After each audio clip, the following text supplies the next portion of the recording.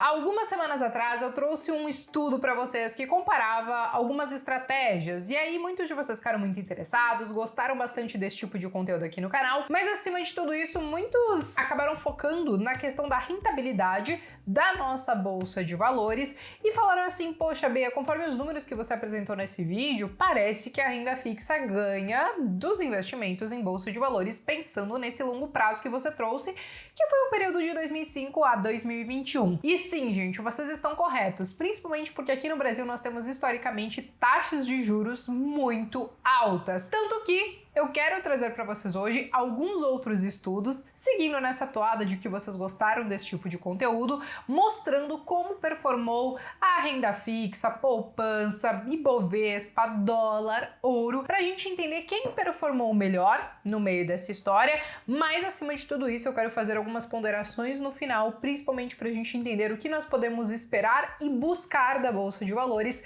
pensando nas próximas décadas. Mas antes da gente começar, eu já quero pedir para vocês se inscreverem aqui no canal, deixarem o like de vocês e para quem quer negociar ações, fundos imobiliários, investir no tesouro e tudo isso com corretagem zero, eu vou deixar o link da Clear aqui na descrição, basta clicar e abrir a conta de vocês lá, beleza? Bom, pessoal, o negócio é o seguinte, quando a gente pensa nos últimos anos, e aqui eu tô falando em um estudo que a Economática fez considerando 26 anos e também num estudo da Economática pensando nos 50 anos, é claro que nós temos algumas comparações diferentes e resultados diferentes, mas considerando, por exemplo, desde o plano real, a nossa bolsa de valores acabou perdendo sim para o CDI. Como vocês podem ver nesta imagem aqui, eles consideraram então desde o plano real de 1994 até fevereiro de 2020, e o que nós temos é que se você tivesse investido R$1.000, ou seja, se você tivesse um perfil bem conservador e tivesse colocado em alguma aplicação de CDI, você teria muito mais dinheiro do que na própria poupança. Isso porque, gente, saindo dessa imagem e já vindo para dar rentabilidade em si desse estudo que a Economática fez, nós temos o seguinte, que o CDI rendeu em média, isso já corrigindo pela inflação, porque aqui a gente precisa falar sim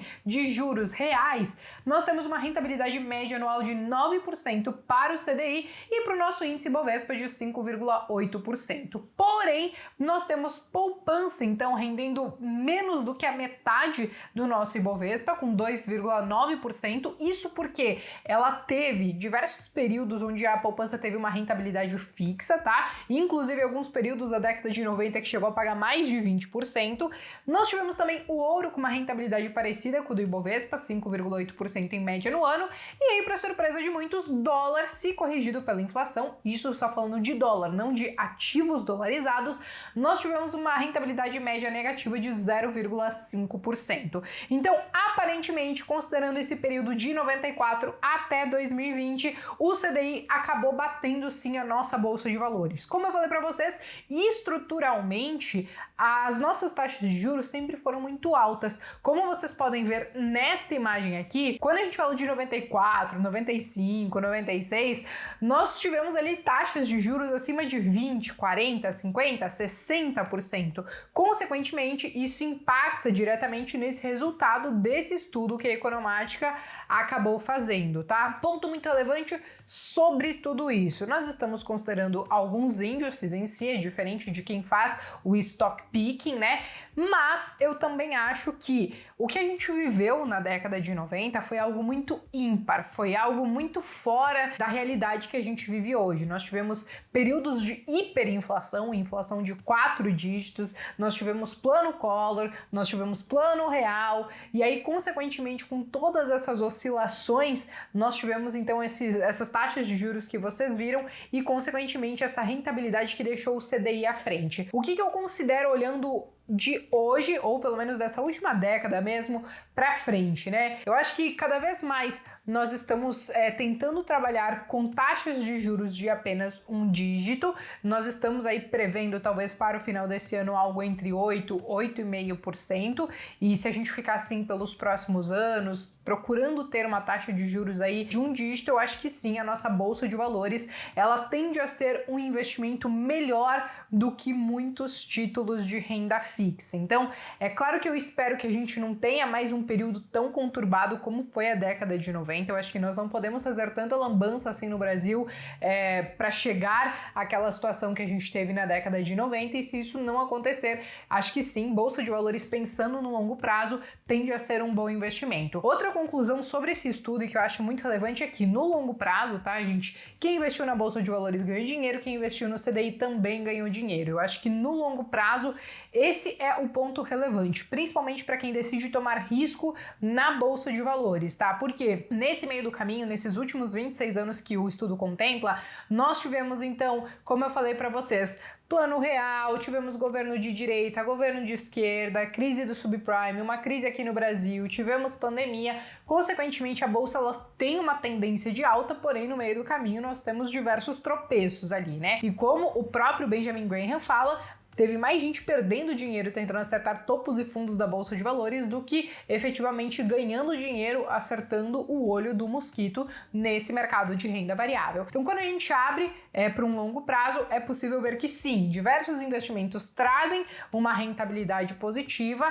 Eu acho que estruturalmente falando, né, por conta da década de 90, o CDI acabou ganhando muito nesse período. Se não fosse isso, eu acho até que a nossa Bolsa de Valores poderia ter superado, mas não temos como apagar a história e é exatamente isso que nós temos. Agora, um outro ponto relevante é que muitas pessoas começam a questionar a importância do investimento em ouro e dólar. Eu sempre trago para vocês que são dois ativos que eu gosto de ter na carteira, não o dólar em si, mas ativos dolarizados, investindo, por exemplo, no mercado norte-americano, mas como vocês viram, a rentabilidade deles também no longo prazo não foi lá grande coisa. Porém, é um ponto relevante que esse tipo de ativo geralmente é para trazer uma certa proteção na carteira. O ouro, por exemplo, eu gosto muito de ter um percentual, por exemplo, se você define 5% de ouro, 10% de ouro na sua carteira, em um momento de crise, pode ser que ele se valorize muito, chegue a 13, 14, 15% da sua carteira, e aí você pode simplesmente vender esse excedente para ir às compras daquilo que está mais barato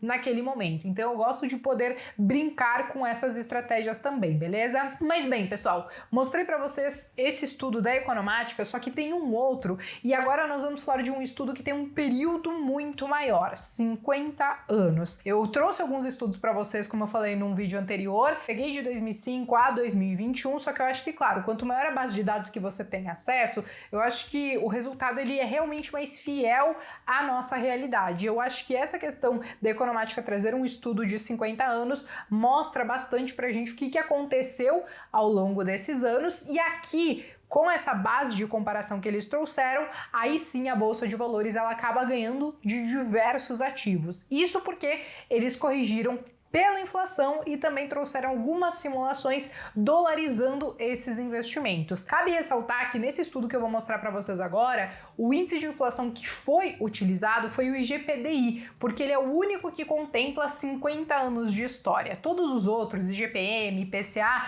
eles não conseguiriam cobrir esses 50 anos, então por isso que eles não foram utilizados, tá? Eu quero começar compartilhando com vocês então agora este quadro aqui, que ele traz o perfil de retorno do nosso índice Bovespa para a gente entender como que foram anos positivos e negativos. E quando a gente ajusta ele pela inflação, nós tivemos 25 anos positivos, 25 anos negativos. Quando a gente ajusta pelo dólar, nós tivemos 29 anos positivos e 21 anos negativos. Como eu falei para vocês, a década de 90 foi algo ímpar, então, consequentemente, tanto os maiores retornos como as maiores quedas acabaram acontecendo, como vocês podem ver, justamente na década de 90. Então, somente no ano de 1991, nós tivemos um retorno de mais de 316%. E quando a gente fala da maior queda, nós tivemos aí uma queda de mais de 74%. Isso ajustando pela inflação. Por isso que eu falei para vocês, a década de 90 foi um período muito ímpar, porque esse estudo da Economática, ele pega os últimos 50 anos, considerando o último ano 2017, então a gente está vindo desde a década ali de 60, 70,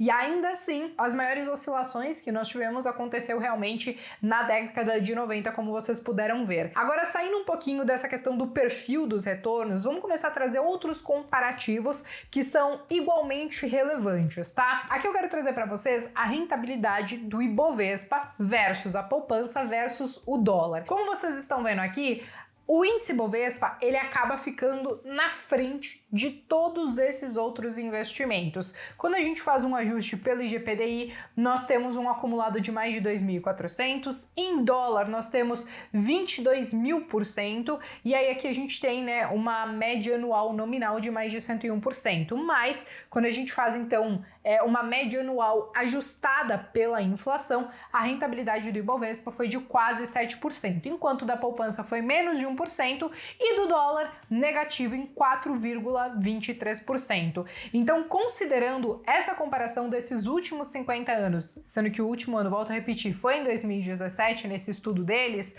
o índice Bovespa acabou dando um baile tanto no Ibovespa como na questão do dólar. Só que aqui tem um ponto muito relevante, né, gente? Nós estamos falando do dólar e não um ativo dolarizado. Para vocês entenderem a importância de pensar em ativos dolarizados e não somente na moeda em si, eu quero trazer esse outro comparativo deles, que é o Ibovespa versus o Dow Jones, que é o índice americano. E o que nós temos aqui é uma rentabilidade média ajustada em dólar de 11,74% para o Ibovespa e 6,85% para o índice Dow Jones. E quando a gente faz o ajuste de inflação, cabe ressaltar que o IGPDI foi utilizado para o Ibovespa e o CPI, que é o índice de inflação lá dos Estados Unidos. Então a gente fez esses ajustes e aí os retornos foram os seguintes: 6,88% para o Ibovespa, em média, anual, e o Dow Jones 2,69% ao ano. Ou seja, é muito mais interessante você investir em ativos dolarizados do que somente na moeda em si. Aí você deve estar pensando, poxa, Bea, mas a gente está vendo que o índice Ibovespa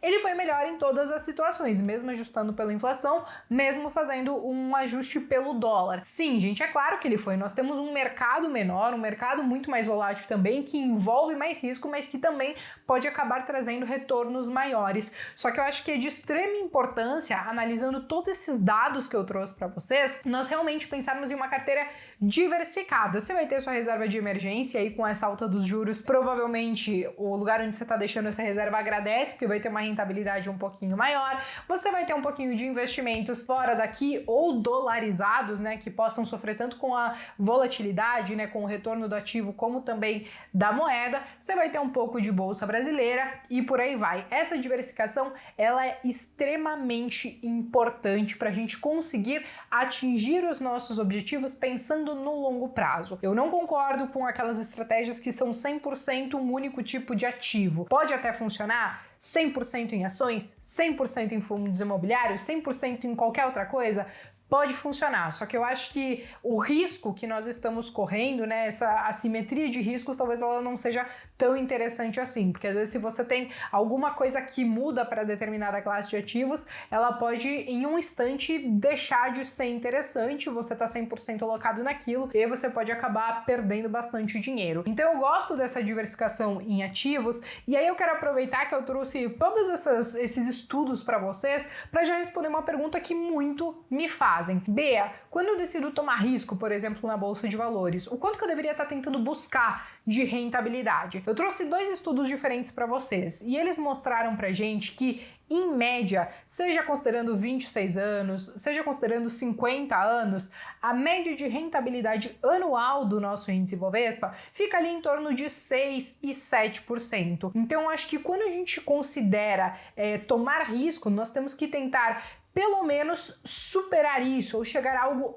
próximo disso para justificar esse risco que a gente está tomando. E aqui eu estou considerando, tá, gente, o juro real, que é já fazendo o desconto da inflação, considerando já o poder de compra que a gente acaba perdendo ao longo dos anos. Se não for considerar a inflação, aí a gente pode talvez buscar uma rentabilidade média para uma carteira, vamos dizer assim, como objetivo, mas sempre tentando ultrapassar isso pensando no longo prazo, tá, gente? Algo em torno de 11, 12%. Seria algo plausível para a gente tentar bater o nosso índice Bovespa considerando no longo prazo. Eu sei que tem muitos que vão dizer assim, ai, Bea, mas em um ano eu faço 20%, em um ano eu faço 30%, 40%. Isso, gente, é muito fácil quando nós temos um mercado de bull market, que foi o que aconteceu, por exemplo, de 2016 até 2020. Mas como esse estudo da Economática trouxe, nós tivemos ao longo de 50 anos, 25 anos positivos e 25 negativos. Então, às vezes você vai fechar um ano com uma carteira meio que no 0 a 0, negativa, às vezes você vai ter um ano que vai ser muito bom,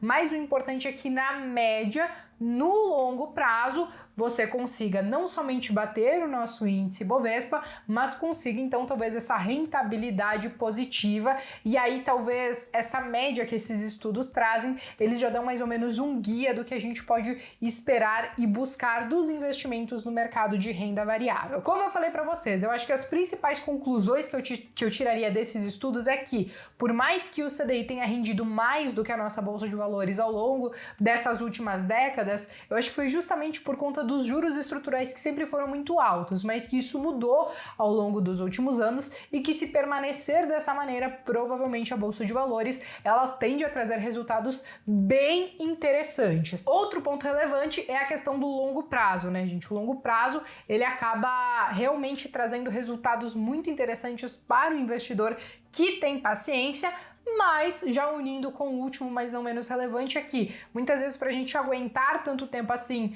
no mercado, investindo, principalmente quando a gente fala de renda variável, a diversificação ela vai ser muito importante. E não é porque alguns ativos renderam menos do que outros, como a gente trouxe a questão do dólar, como a gente trouxe a questão de alguns ativos dolarizados, que a gente vai deixar de investir neles, porque muitas vezes essa diversificação consegue trazer um pouquinho mais de segurança para a nossa carteira, e aí a gente consegue ficar por muitos anos expostos a esse mercado, talvez com uma volatilidade um pouquinho menor na nossa carteira de investimentos, mas buscando aquela rentabilidade ali, tentando bater o nosso índice Bovespa, beleza? Bom, pessoal, eu quis realmente compartilhar esses dados com vocês, porque realmente quando muitos de vocês falaram, poxa, Bê, eu acho que a renda fixa, considerando os estudos que você tem entregue aqui no canal, tem batido o índice Bovespa, então realmente trouxe esses dados que mostra mais ou menos isso, mas ao mesmo tempo mostra que o índice Bovespa é melhor do que muitos outros investimentos.